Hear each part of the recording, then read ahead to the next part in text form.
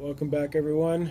Doing another beer review in this chilly La Puente, California afternoon. I guess it's evening, early evening. Sun is definitely going down. Early evening? It's Late. early in the evening. Late, mid evening. Think so? Isn't it like 6? I'd say- 7:30 or something. I'd say 5 is evening. Or I would say that's 6. late afternoon. 6 It's to almost- me. Alright, whatever. Surprise, surprise. We, by chance, happen to get Founders Founders. Breakfast Stout. 8.3. It is a double chocolate coffee oatmeal stout. So that should be interesting. I don't Yeah. think I've ever had anything I think like it's that. 60 IPUs. I got this, let's say, for $7 to $8. I don't know if that's good or bad because I don't know. Do they sell them in 4-packs or 6-packs? 4-packs. 4-packs. So I'm pretty sure it's like maybe a Yikes. $15 4-pack. yeah. So it's like paying double essentially, maybe. Yeah, but you know how much the price costs to Ship and beer. yeah, So all that stuff. Yeah. so you're always gonna overpay. That's true. That's true.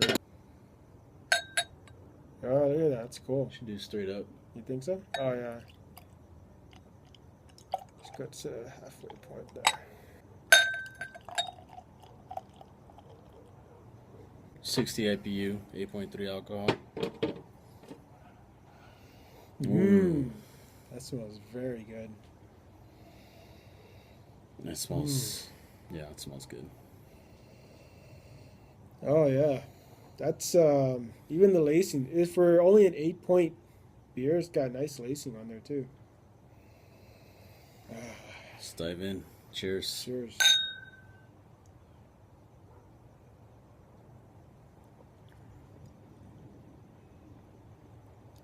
That is dark.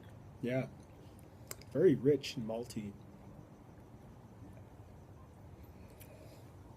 It's like coffee, chocolatey, malty. It definitely, yeah, you get a lot of everything that it's saying. You get a lot of chocolate.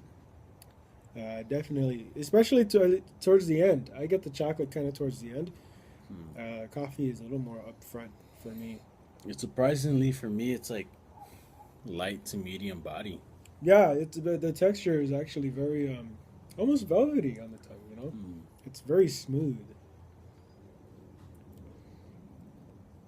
I don't really get the there's not a big booziness to this beer. No, there isn't. You can taste it, but it's not like very pronounced. So it's very It's almost kind of sweet. yeah. It's like a semi-sweet chocolate or like a dark chocolate when you bite into it. It's kind of like it's Right, got yeah, that kick, exactly. you know, Yeah. but it doesn't. It's got sort of that underlying sweetness to it as Yes. Dark chocolate, for sure. well. No, not dark chocolate. I'm going to give this like maybe a 7 or an 8. This is pretty good, but it's no Bourbon County. Bourbon County was, That was ridiculous. yeah, it was good. I would say it measures up to like a narwhal, which is like 10 to 15 bucks for the 4-pack. Yeah. It was very good. It seems light body, and I think this is a victim of slight overhypeness. Probably. Because everyone has pictures of it, and I'm like, it looks bomb, looks good, and Yeah. it's just it I think you're kind of right. let me down a little bit. Yeah. I'd probably give it like a 7 or an 8. No, you know what? That's actually kind of what I think too, because it's I think I overhyped this as well because you see it so much. It's got a great label on it, and you hear people talking about it all the time. So it's yeah, it was a little bit more of a it smells great, but it was a little bit more of a letdown in the taste department. I thought it was gonna be on par with like Sukaba. Well, actually, Sukaba's a barley one. I just remember that. But anyways, but it's not Well, Bourbon County still beats it. So. yeah. But it wasn't as good as I thought it was gonna be. This was for me like I like a 7-8. Leaning maybe more towards an 8, to be honest with you. So yeah, it's still good. I would buy this again if it was more readily available. Mm-hmm. I would buy this again for sure, But yeah, It just wasn't as high. I thought this was gonna be a 10. Like I thought I was just gonna knock it out of the Right. park, and it just wasn't. It's up there, but it's just not. It's not a home run. The for sure the curmudgeon was really good. Mm. What other one didn't we like? Remember? Can we do another Founders that we didn't like? Oh, the red rye. The red rye. Red rye. I don't like that one too much. It was okay. Yeah. So this is it's not bad. It's kind of average, standard. Yeah. Bible Belt, Prairie. Got this at House of Spirits. $10.99. It's a little pricey. I know. I think it usually goes for $8 or something, but whatever. 13% alcohol.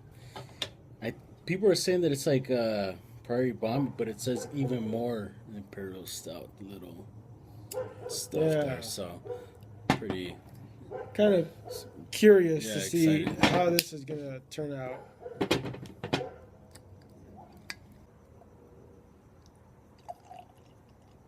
That's really dark.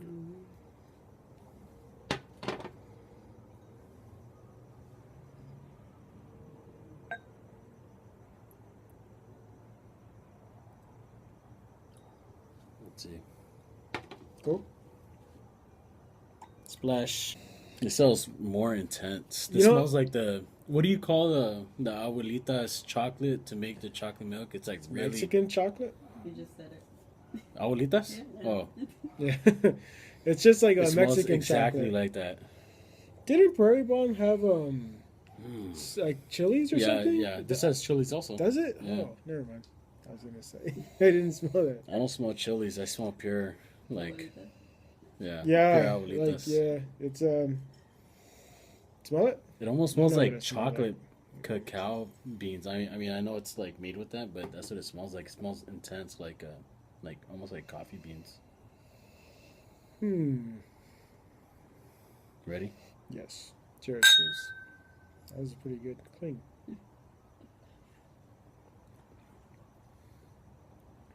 Wow, that's good. It's not spicy like the bomb. Mm-mm. Whoa. That's surprisingly smooth. It doesn't feel super heavy. I don't smell any of not smell. Well, I don't taste or smell actually any of the any of the chilies that might be in here. This does smell like those cocoa nibs. Like It tastes of this little spicy thing. It has good mouth feel. I wouldn't say it's not as spicy as the where, yeah, bomb, yeah. but it still has that spicy lingering aftertaste. It's not boozy. Like it's not boozy at all, really. I don't really taste the alcohol too much. It's super dry. Yeah, it's really dry. This is very dark chocolatey. Yeah, Actually, you know what? I am getting a little bit of the spiciness in the aftertaste. yeah. That's where it's coming in. It's not as prominent as the Prairie Bomb. No. Do you think this is as good or better or what? I think the bomb is bomber. Yeah, this is good too, and this is pretty like kind of the same, but it's maybe not as I guess just coming at you from a different direction, but using kind of the same sort of boat, I guess. Sounds like This is good. You can barely taste. You can't even taste the alcohol. Mm-mm. You can feel it. Like it's kind of breathy. Yeah, yeah. I like how it's not sweet like the other one that we just had, the breakfast stout. I mean, it is sweet, but it's not like it's a little less sweet. It's a little darker, you know.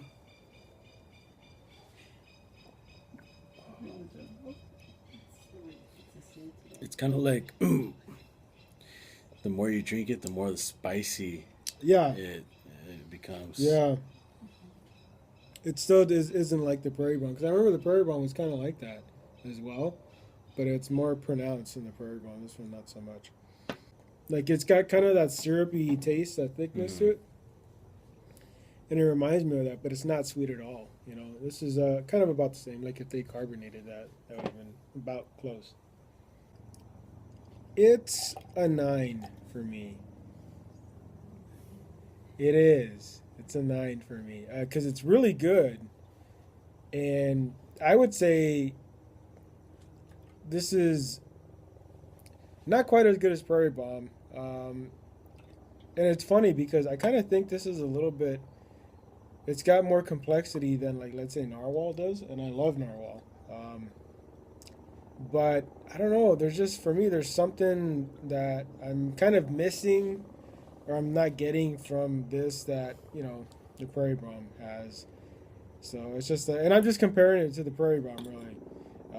And the Prairie Bomb was really good. This is just, damn, right? What?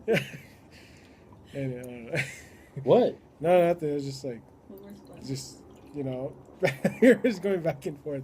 Anyways, but just comparing it to the Prairie Bomb, it's a 9, I think, because the Prairie Bomb I did like a little better than this, and it is more complex than Narwhal, but I kind of like Narwhal's simplicity and just robustness. This does have it too, but it's just I don't know. I feel like I'm just not getting something from it. Yeah. But it's still good. I mean, it's a 9, obviously. I'm gonna give it a 9 also, just because I think the vanilla kind of. I'm not sure if the Prairie had vanilla. The bomb had vanilla, I don't remember. but it seems sweeter than the bomb, Mm-hmm. and I like that the chilliness that the Prairie Bomb had. Yeah. It was just remember- the right amount. Yeah. It wasn't too much. Yeah. It wasn't too little. This, like, the more you drink it, the spicier it gets. But it kind of dies down after Yeah. a while. You have to, like, keep drinking it, which isn't necessarily a bad thing. But yeah, it doesn't. It fades away fast. Yeah. It's a cock tease, and then it leaves, and then you have to drink it again, and then it comes back. So yeah. But yeah, it's still good though. Would you get it, like, if you saw it somewhere?